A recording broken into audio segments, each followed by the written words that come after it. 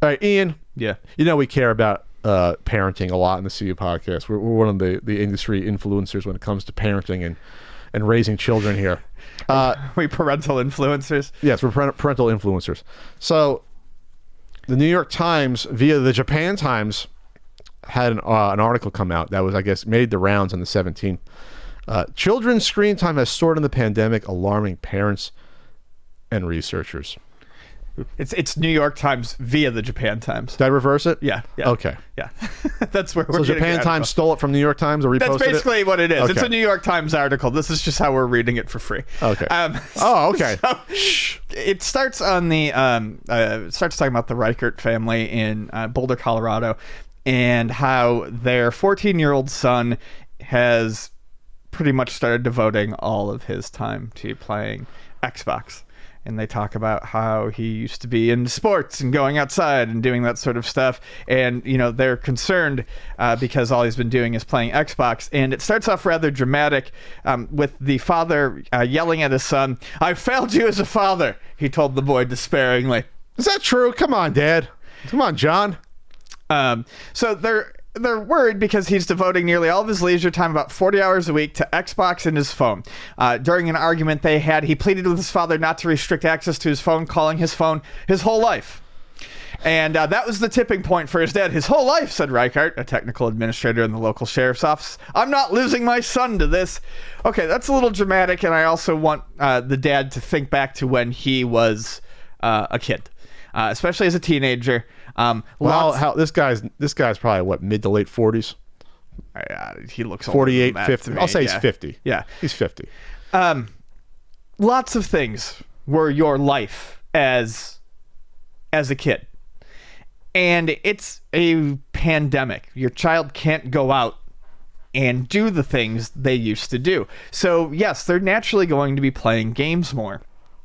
And I get this impression that parents, at least in this instance, they often feel like they need to do some sort of parenting even when there's nothing going on. If this was not a pandemic time and he was going to school and things were normal, you would naturally, I think, be a little concerned if your kid was spending 40 hours a week on an Xbox.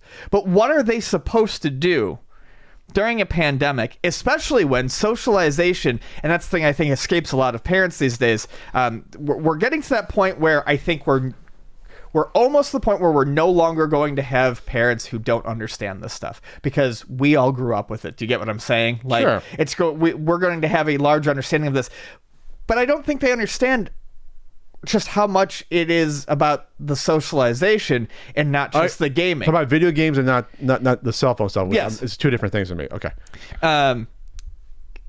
About being able to meet up with people, talk with people, stay in touch with your friends. As far as the phones go, I think the phone is just, for a lot of teenagers, it's what... It is their whole life. It is. And unfortunately, which is a different conversation we can get into. But it is what our laptops and our computers and our desktops were to us when we were teenagers as well. Ooh, I'm going to be old man Pat and say it's not close to the same thing. It leans towards it, but you don't always have your laptop in your pocket everywhere you go. No, but I mean, as a socially maladjusted kid, I was in front of my computer about as much as I'm in front of my phone. When you're at home. Sure. But then it ends, and then you go somewhere. Well, that's not this conversation. Sure.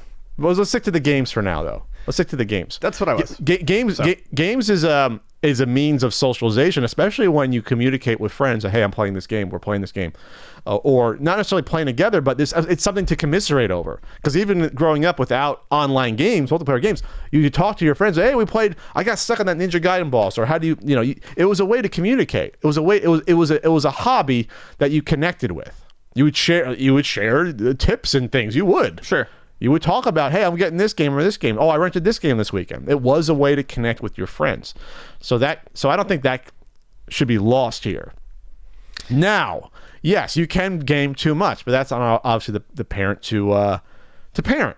But yes, it is sort of trying times during a pandemic when you can't go out and exercise. Well, you can go out and exercise, but you can't meet up with your friends and play street tennis or play Nerf football or play or play wiffle ball. It is tougher to do that. It is, even though I do see there are some little league things going on. It's still in some areas happening, stuff like that, playing baseball and things like that. So I'm not a parent, but you can't just take the shit away from children like cold turkey. They'll go nuts. Right. And I think that's my main point, or my main thinking is, what do you want them? What are you trying to replace it with? In a pandemic, I think there needs to be a layer of understanding and sympathy or empathy applied to most situations. Yes, you don't want your kid to game too much, but is it something that's keeping them occupied during a pandemic? Are they still socializing with their friends? Look at the positives for it and realize maybe this isn't something I need to clamp down on just to clamp down on. There's a great section in this article here. A mom, Paraskevi Brasuli.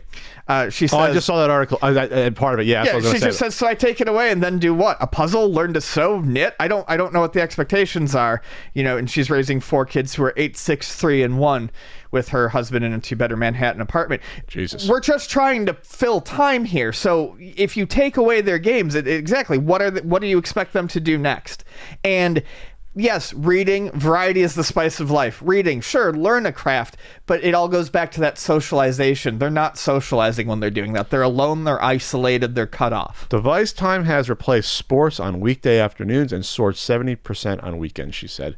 So specific, 70%. I guess there's probably apps that know how long a kid's on shit. That makes sense. That's the thing. With sports being gone, organized sports, that's rough for children. Because that was I had Little League in the spring. So that was, 2 or 3 days a week of practicing games. But playing sports with the friends is what you did. You either played video games or you did a physical activity. That's how you spent time with your friends. Yeah. Or even just rode the bike around. We rode it to we'd go to the deli down half a town away to buy comic books. Like, at least it was physical activity. We went out. We would go to the woods and hang out. We would do things, and that is tougher if you can't do that. Yeah, we got a Nintendo Switch because everybody got a Switch. Bria Sully said. Some days, she said, she watched her son sit with 3 devices, alternating play among them. Yeah. What's alarming is this, though, when it comes to what you talk about laptop, and I'll bring up the difference between that and phones, is that the phone is a constant. It can be a constant, and that's the thing. You don't get a rest from it. And we're just now, even with adults, we're seeing how this sort of changes the way we respond to stimulus and our attention spans. And I see it with, you look at even adults, and this is be like old man Pat, adults in their early 20s are different than how I was in my early 20s with other people and how they interact that I've seen. It's a different, for people that are always on their phones, I mean, in terms of like being on Instagram all the time, they interact differently. They socialize a little bit differently from what I've seen. Sure. It's different. It's changed them. And that's, if you're a parent, you should be alarmed at that to a degree. I don't know what the answer is, though, especially during a pandemic. Besides, like someone said, shut off the Wi-Fi and take their phone away from them for a certain amount of day. Now, kids are supposed to be in school, though. So, in some degree. So, I think during a certain part of the day, it would be okay to say, hey, you're not going to be on your fucking cell phone between these hours. You're supposed to be doing your schoolwork. And I think that's fair as a parent. That's fair. You won't be on your phone at school. Sure. So, yeah, you can't use your phone between 9 a.m. and 2 in the afternoon. You have to do your schoolwork. We'll give you a break for lunch. Maybe you can use it for a half hour, and then you go back to doing your fucking work or whatever you're doing on a Zoom call for classes and homework. Yeah, no, I mean, if you're doing school at home, I think it makes sense for parents to treat it like the kid going to school, and have some of the similar rules.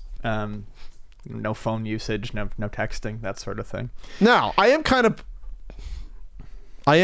discouraged by this one parent who sort of facetiously says, "What, you learn to knit or a puzzle?" Kids can learn new activities. That's not a bad thing to learn. No, it's not bad. But like I'm saying, is that it brings up the very real point that you have to replace it with something. You can't just say no. You have to act as a parent. You have to actively help them find something to replace it with during a pandemic. Get out the board game. Sure. That's a lot better for your mind because you're looking at rules and you're interacting, you're socializing with your parents or your siblings. Get out the fucking board game stack from the garage or flea market. Do that a couple times a week. Do a couple family nights. Play cards.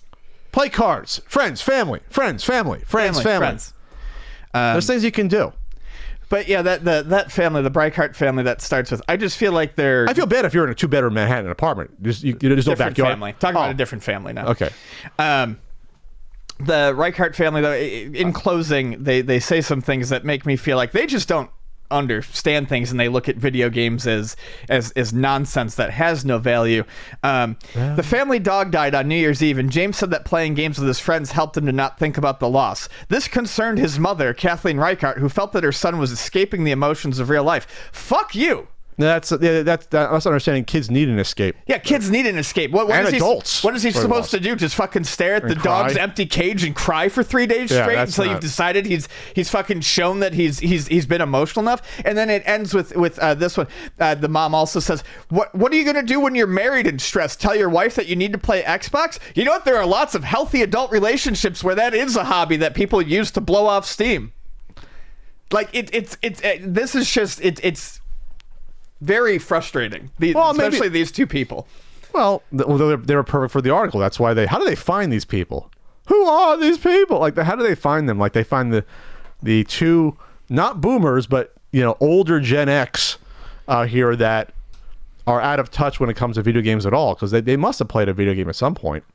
Unless they're on the cusp. Unless they're like in their mid-50s here. They're at least 50, it looks like. Yeah. So they had to have grown up with some video games in the 80s. They must have had something.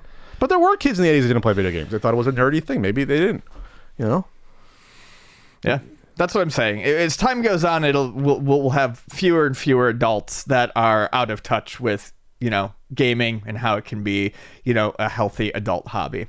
But we're still about a decade away from that, I think. There's definitely adults like these age, you're right. They probably thought it was nerdy in the 80s and avoided it and never touched it. I don't know how, but that to me is different than the cell phone thing. I don't know how once you introduce this to children when they're 4 years old, how you expect them to get rid of this. I mean, there's a movement now to basically, they sell cell phones now with no smart technology anymore. They sell cell phones for adults that literally is time and making phone calls. Yeah, I've seen and that. that's it. Because people want to try to get back to how it was before that, and I totally get that. I totally understand that. Because we're the generation where we were kids and teens before cell phones, and then we saw it afterwards. So we were the last generation to grow up without these. And I don't know. Yeah, it's funny. It's funny to see how technology was like, let's add all these features as fast as we can, and then we have gotten to a point where now there's an appeal to getting something with less features. Yeah. We've got the phones that do less. I've seen those phones before too that literally just have like a phone book and, like you said, a clock and an alarm. I'm not sure they even message. Most of them do. Most of them have the functions of like a flip phone from back in the early 2000s. Texting, time, phone calls, no internet. And then, like, for instance, a Kindle. I have a Kindle Paperwhite. I bought a secondhand one like a couple of years ago, but I specifically bought it because, e-readers came out and then they just started throwing internet and games and color screens on them until they're indistinguishable from any other tablet. Just buy a tablet. And at that point, it's the same reason I want an e-reader. You want just one thing. I want one thing because if there's all those other options on there, I'm going to be distracted. Just let me read. Yeah, I don't know. I mean, like I said, the research is still new, but there was one I DVR'd one way back before I changed cable systems that neuroscience research about how is this wiring people's brains with constant stimulus, and that's how they design all these apps and games. So you're constantly. It's like going in a casino, the dings and the sounds, and they keep you addicted to it. Well, you load up those I've bitched about on here before, but if you load up those Yahtzee apps or those Scrabble apps, they look indistinguishable from the programs and things that are running in casinos. Yeah. I don't know. I'm not a parent yet. If I am, though, I don't know how you keep the cell phones and the tablets away from children. I just don't. Or at least limit the amount of time they're on them before their brains get fucking rewired and now they're addicted to it. I don't know. It's a scary thing to think about. But you have to have physical activity. You have to have other things to stimulate their mind. Give them the fucking old Radio Shack Science Lab kit to play with, and we work on that together. Remember those things? Yeah. I always saw those in the catalog. Didn't know what the hell they were. What do you make sounds and stuff and do things? Like there was like 5 different models for sale from $10 to $60. Thank you, Radio Shack, for always having tiered pricing of gifts and toys. You always had the cheap, shitty RC car, they always the did. medium, and the always, high. Yeah, there was always like the cheap, medium, and They expensive. knew their classes of people there. God damn it, Radio Shack, please stick around. God, they're better than I thought. The more I think about Radio Shack. Sorry, we're talking about So, if you're a parent, you can't take video games away from kids. You can't, but you do have to. Especially not now. No, but you do have to, to have the kids do different activities. Not necessarily to knit. Do something else that stimulates their fucking brain. But it wouldn't help to read a book though. It would help. It wouldn't hurt to read a book now and then. I read lots of books when I was a kid. I read the Hardy Boys. I read the Hardy Boys. I read other little adventure books. Choose Your Own Adventures were great. I read a lot of Hardy Boys and Nancy Drew when I was younger. Read both of them.